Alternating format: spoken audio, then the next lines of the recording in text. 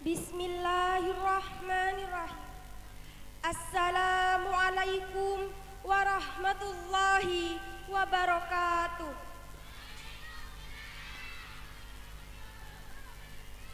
Kurang kompak, sekali lagi. Assalamualaikum warahmatullahi wabarakatuh.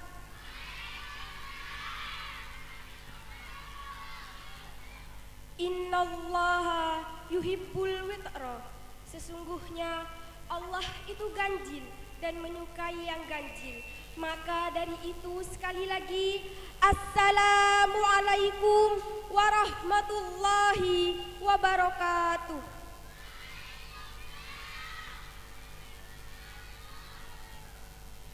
Yang terhormat kepada Kiai Haji Soleh Isnaini, yang terhormat kepada Kiai Haji Muhammad Al-Fayyad Ampil, yang terhormat kepada Ketua Yayasan Nurul Hidayatullah, yang terhormat kepada Ketua Takmir Masjid Nurul Iman beserta anggotanya, yang terhormat kepada Bapak Kapolsek dan jajaran Muspika Besu, yang terhormat kepada Bapak Kepala Desa Sindetlami, dan yang terhormat kepada kakak-kakak santri FKS Keraksaan Pondok Pesantren Nurul Jadid beserta hadirin dan hadirat rahimakumullah.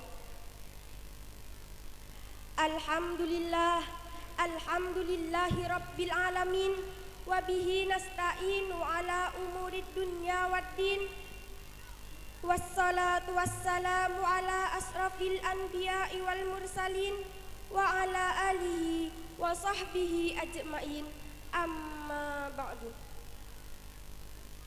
Allah telah menitipkan cintanya ketika kita bangun pagi tadi, ketika kita membasuh muka dengan air wudhu, dan kita dapati bahwa Allah telah memberikan kesempatan kepada kita satu hari lagi untuk kembali menghiasi catatan amal dan memaknai kehidupan kita. Maka bersyukurlah dan berjanjilah bahwa kita akan membuat segalanya lebih baik hari ini.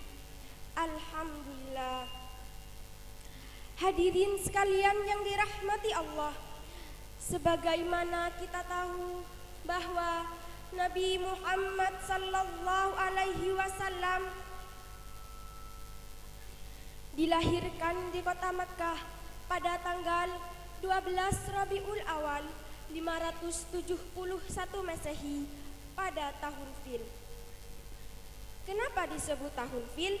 Karena pada saat itu ketika Rasulullah sallallahu alaihi wasallam dilahirkan oleh ibunya Aminah, ada rombongan tentara gajah yang ingin menghancurkan Mekah, yang ingin memindahkan Ka'bah ke negeri mereka.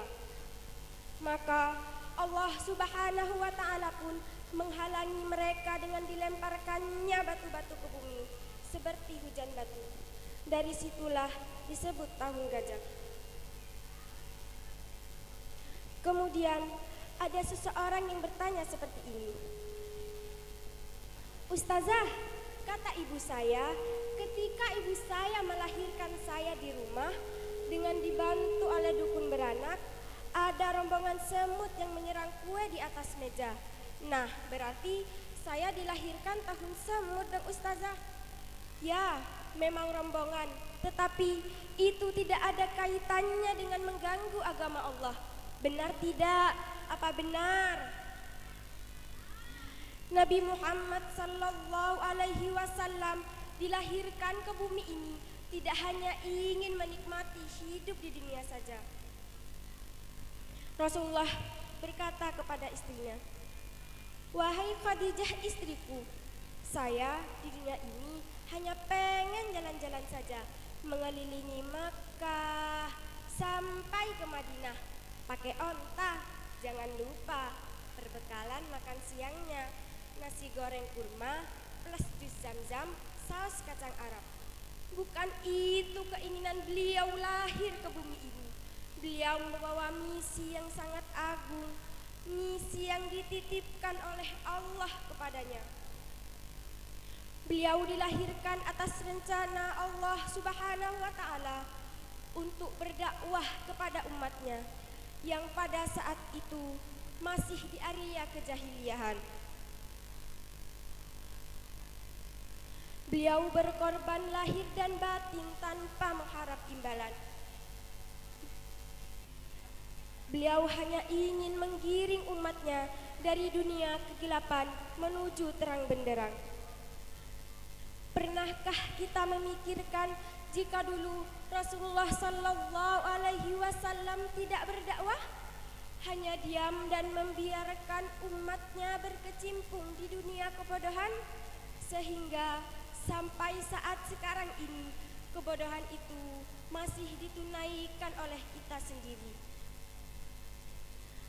Minuman keras, bahkan narkoba dikonsumsi secara terang-terangan. Pembunuhan di mana-mana, bahkan aktivitas zina dilakukan secara bebas. Na'udzubillah. Bagaimana jika hal itu terjadi? Maka dari itu, kita manusia yang mempunyai akal pikiran, kita bersyukur karena Rasulullah Sallallahu Alaihi Wasallam telah merubah keadaan itu menjadi keadaan sekarang ini. Tahu banyak dari kita yang masih terkesima dengan kilauannya dunia, dan walau banyak dari kita yang masih melenceng dari jalannya.